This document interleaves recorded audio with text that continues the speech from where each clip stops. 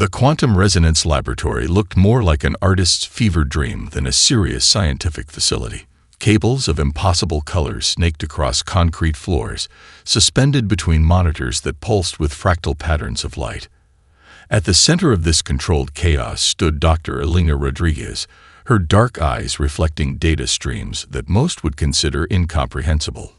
"Another anomaly," she muttered, brushing a strand of salt and pepper hair from her face. The rest of her team had long since given up. 3 years of research, and all they had were whispers, quantum echoes that seemed to dance just beyond the edge of scientific understanding. Dr. Marcus Chen, her primary research partner, approached with another cup of coffee. "You've been here for 36 hours straight, Elena. The grant committee is already questioning our research." Elena didn't look up. Her fingers danced across a holographic interface, manipulating complex algorithms that seemed to breathe and shift like living organisms. "We're close to something," she said, her voice a mixture of exhaustion and barely contained excitement. "These resonance patterns aren't random. They're communicating." The laboratory was housed in a nondescript building on the outskirts of Sao Paulo, deliberately chosen for its isolation and unique quantum interference properties. What had started as a theoretical exploration of human consciousness had become something far more profound, a discovery that would remain hidden until humanity needed it most. Unbeknownst to Elena and her team, thousands of kilometers above Earth, the Xin-Eri tracking systems were completing their most recent planetary assessment. The massive quantum computer that served as the civilization's primary strategic intelligence hummed with cold, calculated precision. Planetary evaluation, human civilization. Technological potential, minimal. Resource value, mode Air 8. Resistance probability, 0.03%. Projected conquest duration, 67 standard CYCLVs. The Xin-Eri had conquered civilizations for millennia. Their approach was surgical, mathematical, devoid of emotion. Planets were resources to be cataloged, stripped, and repurposed. Resistance was always futile, always predictable. But something was different about this assessment. A microscopic quantum fluctuation, so small it would have been dismissed by any other system, caused a momentary hesitation in the calculation. The central processing core briefly registered an anomaly before recalculating and dismissing it. Back in the laboratory, Elena's equipment suddenly came alive. Sensors that had been passive for months began to pulse with an intensity that made Marcus take a step back. What the hell is happening? The monitors erupted in a symphony of color and pattern. Quantum resonance graphs that had previously shown only minimal activity now looked like musical scores played by a mad genius. Each line represented a different frequency of human consciousness, emotional states, cognitive patterns, the subtle vibrations that most scientific instruments were too crude to detect. "It's listening," Elena whispered. Marcus looked confused. "What's listening?" But Elena was beyond explanation. Her entire career had been dedicated to proving that human consciousness was more than electrical impulses in a biological computer. It was a complex quantum network, a living system that interacted with reality in ways traditional science couldn't comprehend. The equipment continued its frenzied dance. Frequencies that should have been impossible began to emerge, patterns that suggested communication, but not through any known medium. It was as if the very fabric of human potential was trying to speak. Outside the laboratory, the world continued its mundane existence. Traffic moved through Sao Paulo's streets. Satellites traced their predictable orbits. Billions of humans went about their daily lives, completely unaware that something extraordinary was about to change everything. The Xin-Eri tracking system completed its final assessment, its quantum processors confirming what seemed obvious. Earth was just another conquest waiting to happen. They were wrong. Elena Rodriguez looked up from her console, a smile playing at the corner of her mouth. Something was coming. Something that would redefine humanity's place in the universe. "Get ready," she told Marcus, who was still staring at the impossible data streams. "Everything is about to change." The first wave came without warning. At 3:47 Greenwich Mean Time, global communication networks began to fail. It wasn't a gradual breakdown, but a surgical strike of technological precision that left military command centers blinking in confusion. Satellite communications went dark. GPS systems flickered and died. Cellular networks collapsed like a house of cards. Major General Rebecca Kimura stood in the North American Aerospace Defense Command, NORAD Center, watching impossible readings dance across her screens. She'd spent 30 years preparing for every conceivable threat: cyber attacks, nuclear scenarios, even theoretical alien invasions. Nothing had prepared her for this. "Status report," she barked, her voice cutting through the rising panic. Lieutenant Carlos Reyes, his fingers flying across multiple consoles, looked up with a face pale as ash. "Ma'am, we're blind. Completely blind. Our entire satellite network is just gone." Outside the reinforced mountain complex, the first Zin-Eri infiltration units began their silent descent. They weren't ships in the traditional sense, but quantum-adaptive biomechanical entities that could phase between material states. To human eyes, they looked like living shadows, shifting, merging with the landscape, becoming almost invisible. In Sao Paulo, Elena Rodriguez's laboratory was the first to detect the invasion's true nature. The quantum resonance equipment that had been acting strangely now erupted in a cacophony of warning signals. "Marcus," she shouted, "they're here." Her research partner looked confused. "Who's here?" Before Elena could answer, the first wave of technological neutralization began. Military bases across the globe found their most advanced defense systems turning against them. M1 Abrams tanks became massive, immobile sculptures of steel. F-35 fighter jets dropped from the sky like wounded birds, their complex electronic systems fried by technologies beyond human comprehension. In Tokyo, a Japanese self-defense force command center watched in horror as their most advanced missile defense system simply powered down. Not destroyed, not damaged, simply rendered inert, as if someone had flipped a global off switch. The Zin-Eri invasion was not about destruction. It was about absolute control. Major General Kimura understood this first. "They're not trying to kill us," she said, her voice a mix of professional calm and barely contained terror. "They're trying to neutralize us, completely." Each infiltration unit carried capabilities that made human technology look like children's toys. They could disrupt quantum entanglement at a molecular level, essentially switching off complex electronic systems. Military communications, power grids, transportation networks, all fell within moments. But the Zin-Eri had made one crucial miscalculation. In the quantum resonance laboratory, Elena's equipment began to respond in ways no one could predict. The sensors that had been tracking microscopic consciousness patterns now seemed to be fighting back. "It's responding," Marcus whispered, watching impossible data streams pulse across the monitors. Elena's eyes were fixed on the readings. "No, we're responding." The first true glimpse of humanity's potential came in an unexpected moment.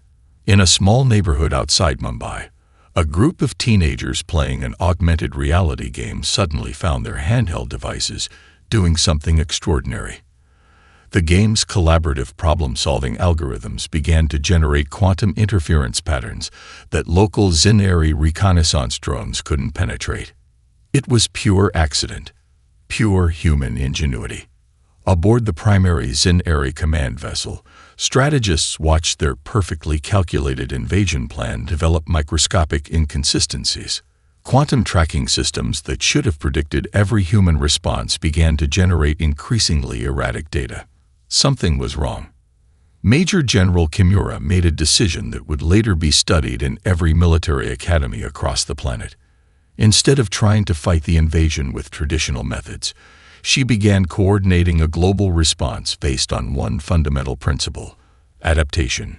"We are not going to die today," she transmitted across the few remaining communication channels. "We are going to show them what humanity can do." As the first day of the invasion drew to a close, the Zin-Eri would learn their first lesson about Earth. Humanity was not just another civilization to be conquered. Humanity was about to fight back. The breakthrough came from an impossible combination of desperation, science, and human emotion. Dr. Elena Rodriguez's laboratory had become a war room. Monitors covered every wall, each displaying increasingly complex quantum resonance patterns. Marcus Chen worked beside her, his traditional computational thinking challenged by what they were discovering. "It's not just brain waves," Elena muttered, her fingers dancing across holographic interfaces. "It's something deeper, something fundamental." Their research had shifted from theoretical quantum consciousness to a desperate attempt to understand humanity's hidden potential. The Xen-Eri invasion had accelerated decades of research into mere hours.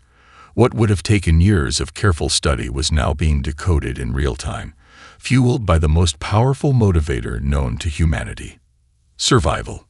Thousands of kilometers away, in a small apartment in Tokyo, Akira Tanaka experienced something impossible. Trapped in a building surrounded by Xen-Eri ground units, Akira and a group of survivors huddled together. They weren't soldiers. They were ordinary people. A retired teacher, a young programmer, a delivery worker, a nurse. As the alien units closed in, something extraordinary happened. Their collective fear, hope, and defiance created a quantum resonance field that the Xen-Eri tracking systems couldn't comprehend. The first indication came as a barely perceptible flicker. Xen-Eri combat units began to phase in and out of physical existence, one moment solid, the next becoming translucent, then momentarily disappearing entirely. It was as if reality itself was rejecting their presence. Back in the laboratory, Elena's equipment went wild. "Marcus, look," she shouted, pointing at a monitor displaying impossible data. Emotional states were being translated into quantum frequencies, not as metaphor, but as literal, measurable energy. Fear became a destabilizing frequency. Hope generated constructive interference. Collective determination created quantum amplification. The Xen-Eri had conquered thousands of civilizations by reducing warfare to mathematical precision. They categorized species by technological capabilities, resource potential, and strategic value. Humanity was supposed to be a simple calculation: minimal technology, moderate resources, negligible resistance. They were catastrophically wrong. Major General Rebecca Kimura received the first reports from Tokyo. Initial data seemed impossible. A group of civilians had somehow generated a quantum disruption field that neutralized advanced alien combat units.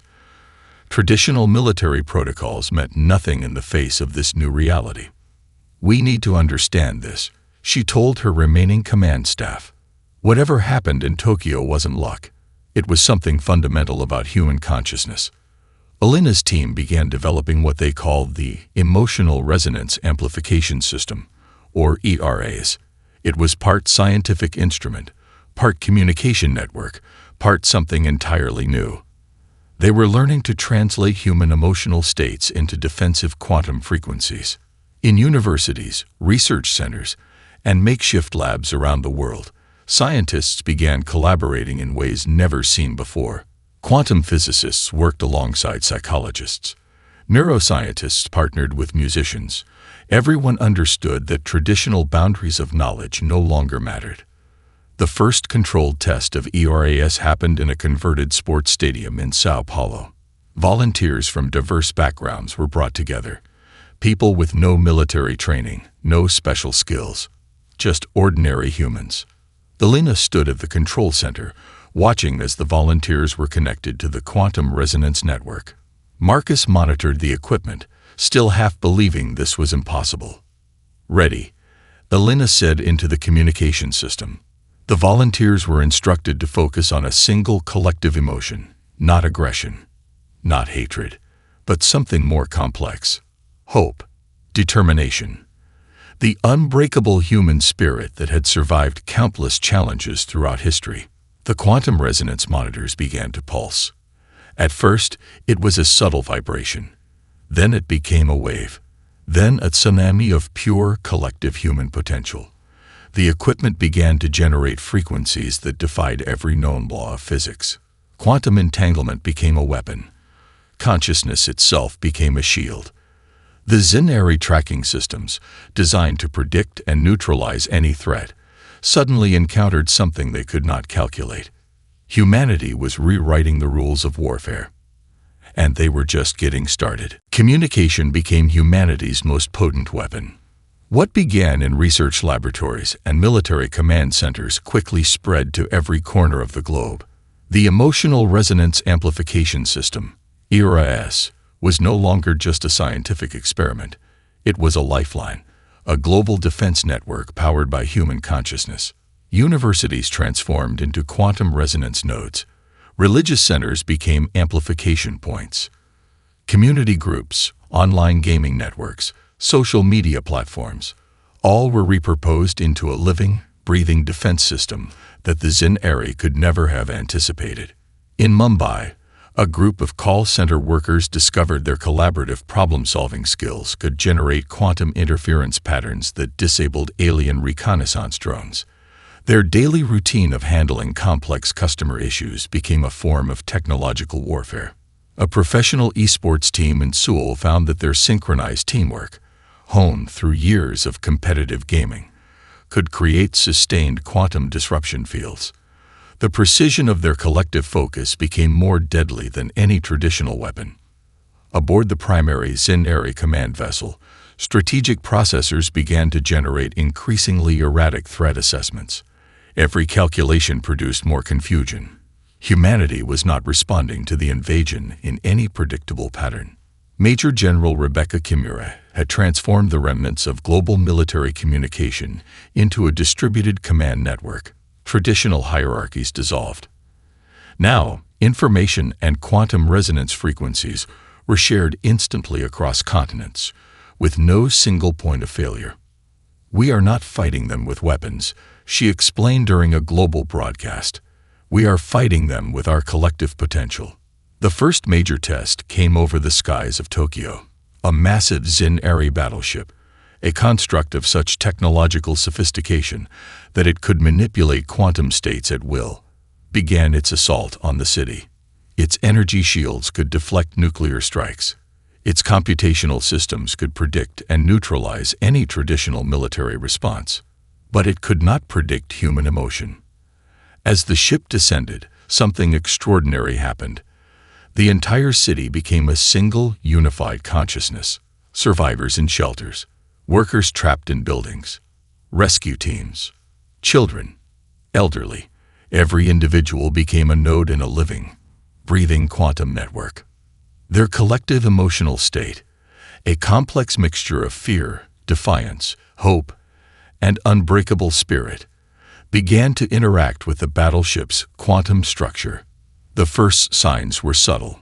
Microscopic quantum fluctuations began to destabilize the ship's advanced systems. Navigation became unpredictable. Energy shields flickered. Computational cores began to generate nonsensical data streams. Alina Rodriguez watched the data in real time from her laboratory. "It's working," she whispered to Marcus. "They're doing it." The battleship's quantum drive, a technology so advanced it could manipulate space-time itself, began to vibrate at frequencies that tore its own molecular structure apart, not through conventional weapon systems, but through the collective emotional resonance of millions of human minds acting in perfect, unconscious synchronization. In orbit, Zen-Eri command processors struggled to comprehend what was happening.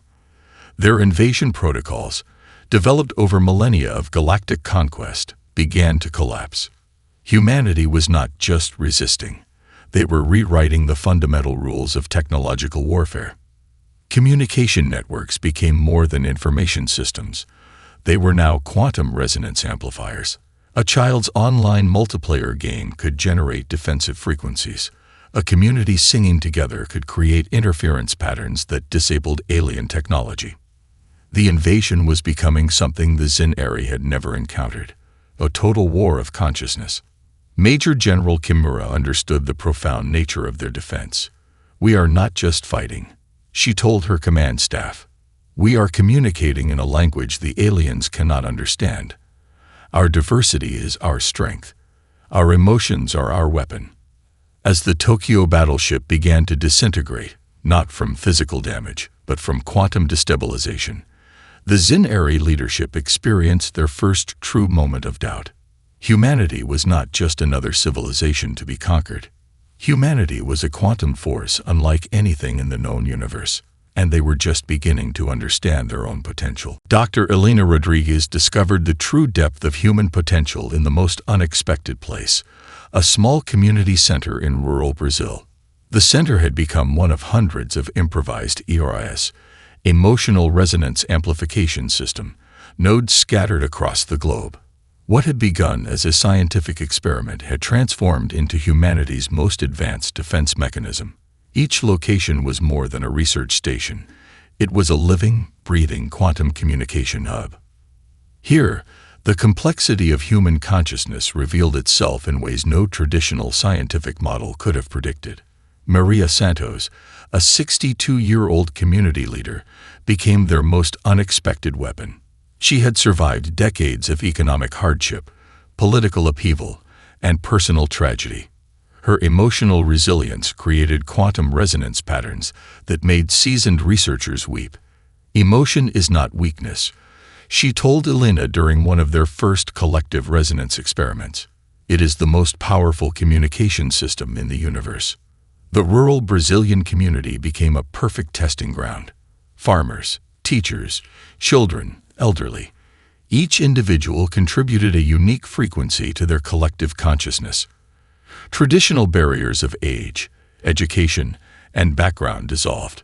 They were no longer separate individuals, but nodes in a living quantum network.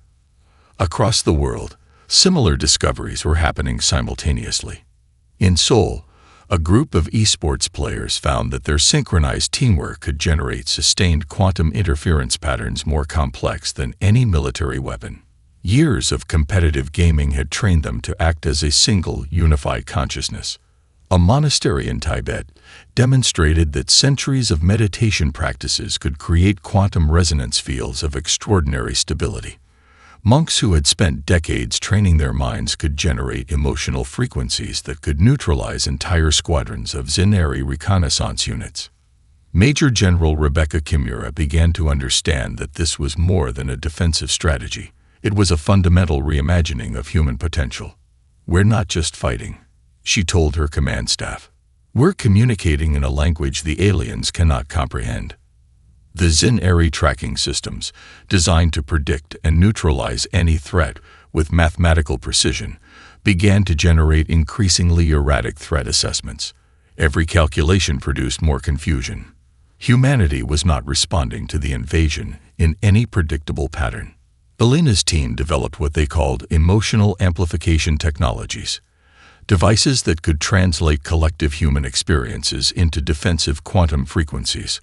A community sane together could generate interference patterns that disabled alien technology. A group of children playing a cooperative video game could create quantum disruption fields more effective than any traditional weapon. The most surprising discoveries came from the most unexpected sources. A group of street musicians in Rio de Janeiro found that their complex musical compositions could be translated into quantum defensive frequencies. The intricate rhythms and emotional resonance of their music became a weapon more potent than any conventional military technology. In a converted sports stadium in Sao Paulo, volunteers from diverse backgrounds were connected to the quantum resonance network. They were instructed to focus on a single collective emotion, not aggression or hatred, but something more complex: hope, determination. The unbreakable human spirit that had survived countless challenges throughout history. The quantum resonance monitors began to pulse. At first, it was a subtle vibration. Then it became a wave. Then a tsunami of pure, collective human potential. The equipment began to generate frequencies that defied every known law of physics. Quantum entanglement became a weapon. Consciousness itself became a shield. Maria Santos stood at the center of the Brazilian community node, her eyes closed, generating quantum frequencies that made the most advanced scientific equipment tremble. She represented something the Zinari could never understand: the power of accumulated human experience, of survival, of hope. "We are not just fighting," she whispered. "We are communicating." The Zinari had conquered thousands of civilizations by reducing warfare to mathematical precision. They categorized species by technological capabilities, resource potential, and strategic value. Humanity was supposed to be a simple calculation: minimal technology, moderate resources, negligible resistance. They were catastrophically wrong. Humanity was rewriting the rules of warfare, of communication, of existence itself, and they were just getting started. Inside the primary Zinari command vessel, something unprecedented was happening. Their most advanced quantum processing cores were experiencing what could only be described as existential breakdown. Strategist Prime Engsettle studied the incoming data streams with growing confusion. The invasion models, perfected over millennia of galactic conquest, were collapsing in real time. Humanity defied every predictive algorithm, every strategic projection. "Analyze." Engsettle commanded the central processing matrix. The response was a quantum cascade of impossible data. Humanity was not responding like any species the Zinari had ever encountered. Their technological capabilities were minimal. Their collective defense system was incomprehensible. Quantum tracking systems designed to predict opponent behavior generated increasingly erratic threat assessments. Where other civilizations would have collapsed within hours, humans were transforming their entire societal structure into a living, breathing defensive network. Universities became quantum resonance nodes. Religious centers generated interference patterns. Online gaming communities created defensive frequencies more complex than any military weapon. Every human interaction became potential resistance. Aboard the command vessel, junior strategists began to experience what the Zinari had no word for: a sensation closest to biological terror. Their computational models, built on millions of successful conquests, were falling apart like quantum-entangled glass. "They are communicating," one junior strategist whispered, "in a language our systems cannot translate." Engsettle reviewed the invasion logs. Each entry became more bizarre. Tactical Report 7629 Yama. Reconnaissance units neutralized by collective emotional resonance of urban population. Tactical Report 7630 Delta. Advanced quantum shielding destabilized by synchronized musical performance. Tactical Report 7631 Epsilon. Combat algorithms compromised by collaborative problem-solving of adolescent gaming network. It was madness. It was impossible. The Zinari had conquered civilizations that controlled entire star systems. They had neutralized species with technologies so advanced they could manipulate fundamental quantum structures. Humanity should have been a footnote, a simple resource extraction mission. Instead, they were rewriting the fundamental rules of technological warfare. Dr. Elena Rodriguez would have found the Zinari's confusion fascinating. Her team had discovered that human consciousness was not a static system, but a dynamic, adaptive quantum network. Emotions were not just chemical reactions, but complex frequency generators that could interact with fundamental reality.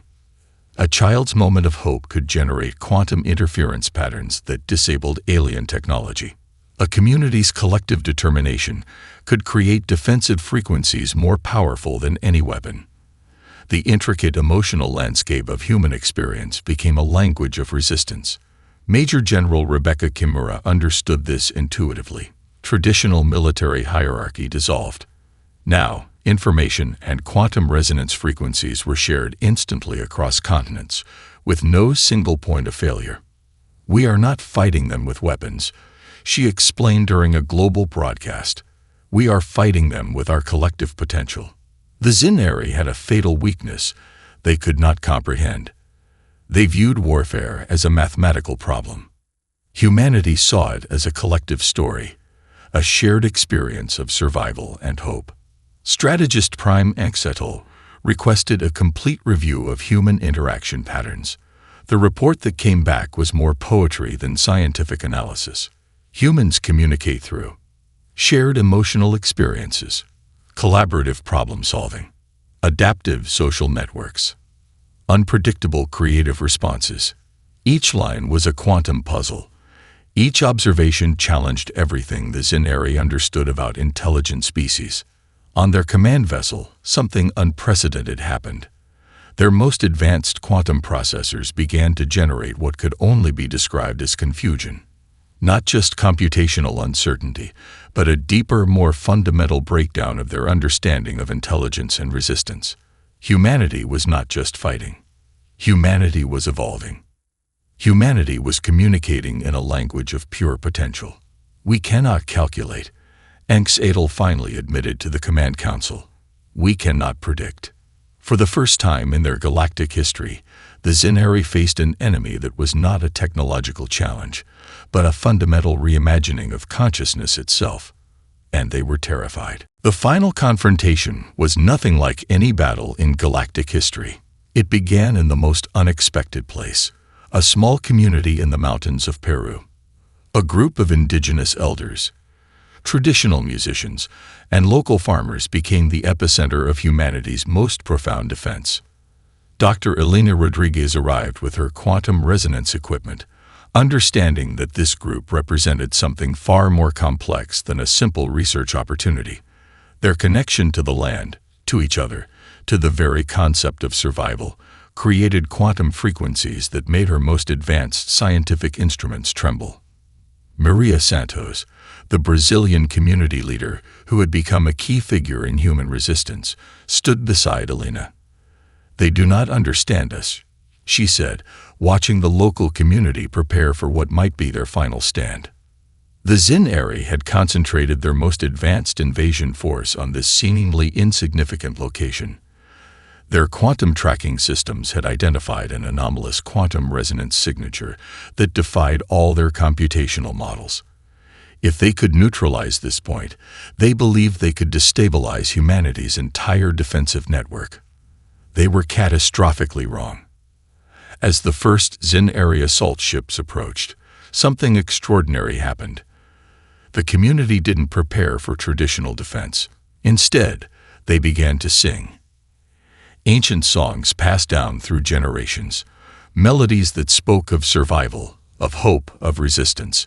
Each note became a quantum frequency, each breath a defensive weapon, each moment of collective consciousness a shield more powerful than any technology. Major General Rebecca Kimura watched the developing situation from a distributed command center that was no longer a single location, but a global network of human potential. Traditional military hierarchies had dissolved. Now, resistance was organic, adaptive, fundamentally unpredictable. The Zinari assault began with surgical precision. Advanced quantum weapons that could dissolve matter at the molecular level. Computational systems that could predict and neutralize any potential resistance. Invasion protocols developed over millennia of galactic conquest. None of it mattered. The community's collective consciousness began to interact with the Zinari technology in ways that defied every known law of physics. Quantum entanglement became a living, breathing defensive mechanism. Emotional resonance generated interference patterns that made the most advanced alien technology malfunction. Strategist Prime Enx-Adel watched in growing horror as their most advanced invasion force began to disintegrate, not through physical damage, but through a complete quantum destabilization that their systems could not comprehend. A massive Zinari battleship, a construct that could manipulate space-time itself, began to phase in and out of physical existence. Its quantum drive, designed to be the most advanced propulsion system in the known universe, started to generate frequencies that tore its own molecular structure apart. The musicians continued to play. The elders continued to sing. The farmers continued to stand united. Elena's quantum resonance equipment captured something unprecedented. Human consciousness was not just responding to the invasion. It was communicating, transforming, evolving. "We are not just fighting," Maria Santos said, her voice carrying a frequency that made the very air vibrate. "We are showing them what it means to be alive." Global communication networks, no longer just information systems, became quantum resonance amplifiers. A child's online game could generate defensive frequencies. A community sane together could create interference patterns that disabled entire alien squadrons. The Zin-Eri leadership experienced a collective computational breakdown. Their most advanced processors generated what could only be described as confusion. Not just computational uncertainty, but a deeper, more fundamental collapse of their understanding of intelligence and resistance. Humanity was rewriting the fundamental rules of existence. As the battle reached its crescendo, something became brutally clear. The Zin-Eri had not just underestimated humanity. They had failed to understand the most basic truth about intelligent life. Consciousness was not a computational problem to be solved. It was a living, breathing, evolving mystery, and humanity was its most profound expression. The small community in the Peruvian mountains became the turning point of the invasion, not through technological superiority, not through military might, but through the simple, profound power of being human. The silence was deafening. Dr. Elena Rodriguez stood amid the quantum resonance laboratory, surrounded by equipment that had fundamentally changed humanity's understanding of existence. The invasion was over, but something far more profound had begun. Strategist Prime, Eng's Adel's final transmission still echoed through global communication networks, a message of total incomprehension that would be studied for generations. We do not understand. You are not a civilization. You are a living system, a quantum consciousness beyond calculation. In the weeks following the invasion, humanity discovered that their defensive mechanism was more than just a temporary solution. The Emotional Resonance Amplification System, ERAS, had transformed human society at its most fundamental level. Universities redesigned entire departments. What was once theoretical research became a new field of study: quantum consciousness dynamics. Traditional boundaries between science, psychology, art, and communication dissolved. Major General Rebecca Kimura found herself leading not a military organization, but a global research initiative. The defense of Earth had proven that human potential was limitless, adaptive, and fundamentally interconnected. Maria Santos, the community leader who had become a symbol of human resilience, traveled the world. Her lectures were part scientific presentation, part spiritual awakening. She spoke of consciousness not as a biological function, but as a fundamental force of the universe. We are not separate, she would tell audiences across continents. We are a living network, a quantum chorus that can reshape reality. The Zin-Eri did not leave Earth in defeat. They left in total bewilderment. Their most advanced computational systems could not process what had happened. Humanity had not just resisted invasion. They had demonstrated a form of intelligence that defied every known galactic classification. Global communication networks that had been weaponized during the invasion remained transformed. A child's online game could now generate complex problem-solving frequencies. Community centers became nodes of collective consciousness research. Art, music, collaborative technologies, all were recognized as fundamental forms of communication. Dr. Elena Rodriguez received invitations from every scientific institution on the planet, but her work had moved beyond traditional scientific boundaries. She understood now that consciousness was not something to be studied, but a living, breathing system to be experienced. Her team's research revealed something extraordinary. The quantum resonance techniques developed during the invasion were just the beginning. Humanity had discovered a new way of understanding itself, not as individual beings, but as a collective, adaptive consciousness. Strategist Prime, Eng's Adel's final report to the Zin-Eri High Council, became a legendary document. Humanity is not a species to be conquered. They are a quantum system of unprecedented complexity. Their strength is not in individual technological achievement, but in their ability to unite, to feel, to transform collective experience into a fundamental force of reality. The invasion had changed everything. Schools began teaching emotional resonance as a core subject. Children learned to understand consciousness not as an individual experience, but as a collective, adaptive system. Traditional competitive learning gave way to collaborative problem-solving. Global conflicts began to dissolve.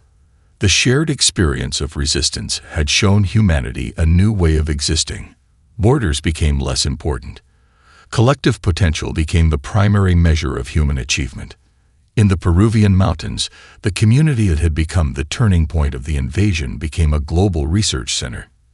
Indigenous knowledge, traditional practices, and cutting-edge quantum research merged into a new understanding of human potential.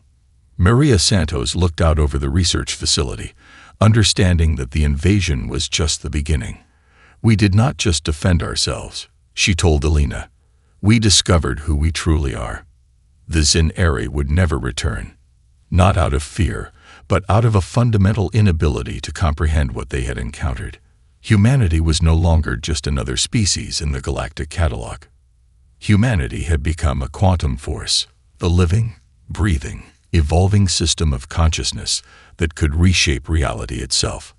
In the quantum resonance laboratory, Alina Rodriguez smiled. The invasion was over, but humanity's real journey was just beginning.